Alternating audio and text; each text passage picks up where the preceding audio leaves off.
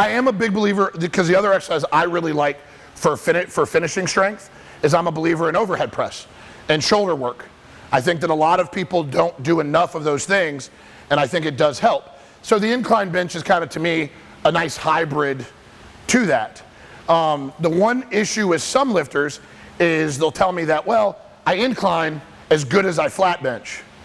And what that tells me is they're probably achieving a position on incline that helps them to finish the lift, not necessarily do what they should be correct. They're coming up, right, and they're coming up off of it, and they're creating a de facto flat bench just with their body not supported in any way, shape, or form. So I don't have a problem with any of the exercises. Fred taught me a long time ago, when you're talking in terms of anything, something is better than nothing. It's not necessarily your best practice, but something's better than nothing. So when somebody tells me, I do CrossFit, I don't go, that sucks. I go, hey, it's awesome. And they go, for powerlifting, and I go, for powerlifting, CrossFit's okay. You know, it's not going to get you it's not going to help your 1 rep max. You know, it's not going to help you finish that. So that's kind of that. Any other exercises on any particular bench or tricep I didn't bring up that anyone has a question on that I can answer for you? Yes, sir. Swiss bar. Football bar, yeah. Swiss bar, football bar. A lot of people call this a Swiss, and football is bent, doesn't matter. That's a Swiss bar. I actually use this bar quite a bit. I use it for close grip work quite a bit. I don't like it out wide because I don't like the position it puts me in, but I do like it close. Now close for me, because I'm fat, is here. This is actually when I take this bar and I hold it in that particular position, I'm here, and at the bottom I'm here. And I didn't say this earlier about the angle of the elbow. I think we as lifters get too caught up in the angle of the elbow. I will tell you this, should an elbow be out here in a bench press? No, your starting point for cooking your sauce should be about 45 degrees. If the elbow is going to tuck as you come down, the elbow should flare slightly as you come out, because you should be using the same pathway down. You should be reversing that pathway up. You'll hear lifters tell people, you flared your elbows. I'll actually say to my lifters all the time, I don't like that you flared your elbows. I don't have a problem with flaring the elbow if you were tucking on the way down and you're flaring on the way up. I have a problem if you started here, stayed here, and then come here. So you want to be careful. So I'm not a big, that cue, don't flare your elbows, kind of bothers me. Dan Green is an absolute guru at coming in and then flaring that elbow to finish his drive. So you want to be careful. I don't like, as a coach, saying don't flare. I will say don't flare up if you didn't flare down. But the Swiss bar is good for that. And then it's good for, I use it more for row work than I do for bench work. I love it for back work.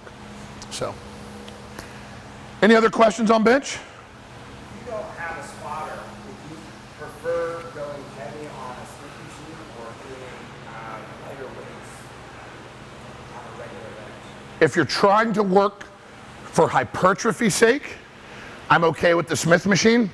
If you're trying to work to truly work on your bench press, I got to believe that specific adaptation principle comes into play, and I would say do lighter weight and try to move it faster. Fred brought up compensatory acceleration training earlier.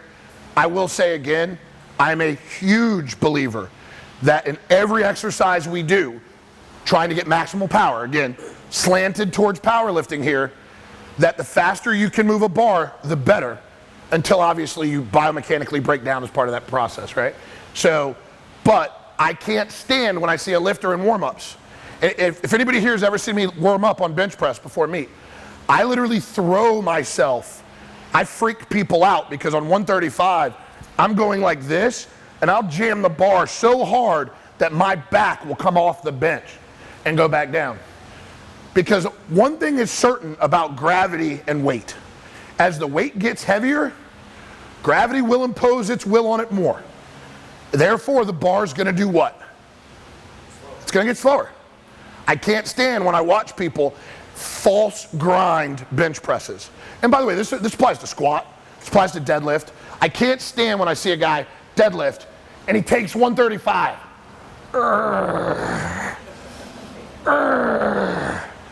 Where have you left your brain to go if you make 135 heavy in your brain? I want to take that 135 and I want to rip it so that when I finish, now again, without degrading form. On bench, you want to move that bar as fast as you can from that bottom back to that top. You want to be explosive. You want to be powerful. And to that point, which Joe brought up, if I can have a spotter, because I want to move weight powerfully, we cannot move lighter weight as powerfully as we can heavier weight, even if we do more reps. So 3 sets of 8 will never be as powerful as 8 sets of 3. Now, I'm not saying that you should never do 3 sets of 8, but that is one of those laws, that I'm going to be able to be more powerful with more sets, less reps than I can with less sets, more reps. Hence why when somebody, not picking on CrossFit, when somebody tells me they're CrossFitting for powerlifting, AMRAP doesn't really fit in the concept of moving 1 rep maxes, right? Moving a weight as many times as I can, as fast as I can, isn't going to necessarily help me to move the most weight I can one single time. So when I set up set schemes for lifters, including myself, I tend to build, and obviously I don't have the time in this to get into off season versus 12 weeks out versus 10 weeks out versus 7 weeks out, but I will tell you that I do believe that you move lifters heavier and heavier with less reps per set, heavier weights as you're getting closer to that meet. And you know, Fred's a believer. He never went over 800 before he lifted 1,000 in a meet. I don't have that kind of stones, right? So for me, I got to get closer to that number. But to Fred's point, if your lifters are in a gym consistently maxing out, you're not getting stronger. If every time they go in the gym, and strongmen, anybody here do strongman training at all? Strongmen are infamous for their training methodology is we're going to log today. So we're going to put weight on the log, and we're all going to do it. I mean, you literally see them pull it out and stare at it with each other, right? And then they all do it. And that's the ladies too. And then they add weight, and they all do it. And every single training session, am I wrong at all? No, in the beginning I was the same way, and then my coach basically was like, don't care about the number. Like, if you miss your reps, you're... Right. And they literally go till one man wins every session. And it's like, I won Tuesday night. I didn't win anything. What I did is I took 3 hours and I maybe got half the work that I could have got if I would have said, I'm going to put 225 on that log and done 5 sets of 3, right? So any other, that's going to end my portion. We're going to take.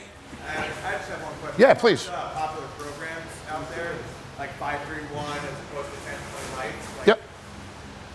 Which one's better? Not which one's better. Which one do you think would be better for a beginning power lifter? They're all great.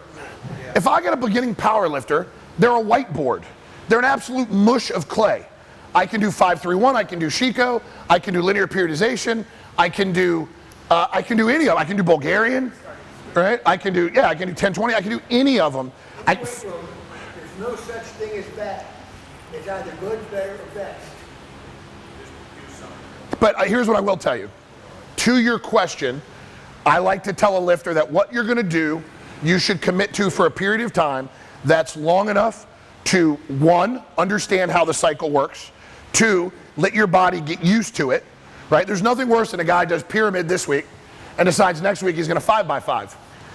Number 1, you can't have any concept of whether you improved, didn't improve. Also, you're going to have good weeks and bad weeks in a training session. So assuming you bench press, and again, for me, I bench press heavy once a week, I bench press light once a week, speed work, shoulders and speed work once a week.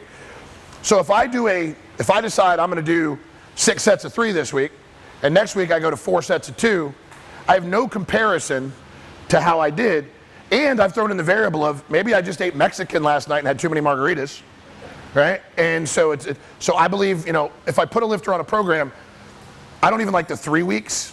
I'm more like a 6-week kind of guy. Like, let's stay in a world for like 6 weeks, see how you do, then we take that deload, then we'll kind of move on to something else, teach you a new way to do it. I love young lifters because young lifters, I can use 5x5, the most like simple, ridiculously easy And it works. And they're gonna get stronger. Because at 5x5, the first time he does it, he does 215, right? 5 sets of 5. Set 3 he gets, set 4 he gets 4, set 5 he gets 2, which means we went too heavy, by the way, right? Because he should have got all his reps. But then week 2, we drop it to 210, and then he gets them all, and he's ready to go up, and I go, no. And then the next week he gets them all, and they're getting easy, and then we go up and he gets them all, and they're easy, and then we go up, and because now he's getting used to it, his body's kind of learning it. Mentally, she or he is getting that concept of, okay, I got to get my ass behind. Set 4 is where it hurts, and they can, you only have so much gas in the gym in a session. And I will leave with that, and then I'm done. If you start your bench, and I'm not going to speak for Jen or Fred, if you start your bench session, especially for 1 rep max training, with anything other than flat bench, I have to challenge why. Because you only have so much gas in the tank in a session. Sometimes that's the point. I'm saying if I'm training for that meet, off season changes it, and again, everyone does it different. For me though, I'm gonna start my flat bench sessions with flat bench, because that way I have the most energy, the most focused, the most ability to get those sets. If I fail at my incline, or at my floor, or at my triceps, okay, but I want to make sure that I save it in there. So that's my time. Thank you guys so much. Hey, thank you, Richard. That was amazing bench press advice. I know we'll all benefit from that. Now, if you like that, you're going to love this. The 7 fastest ways to increase your bench press. It's a free report just for you. Click this box right here, enter your email, and we'll send you this free report. Now, if you're on a mobile device, you can't click that box. So check the description area below. Look for that top link, criticalbench.com/YouTube. That's the link you want to click. Enter your email, we'll send you that free report. Now be sure to like this video, subscribe to our channel, and leave some comments or questions for us so we can reach out to you. Thank you so much, and we'll see you soon.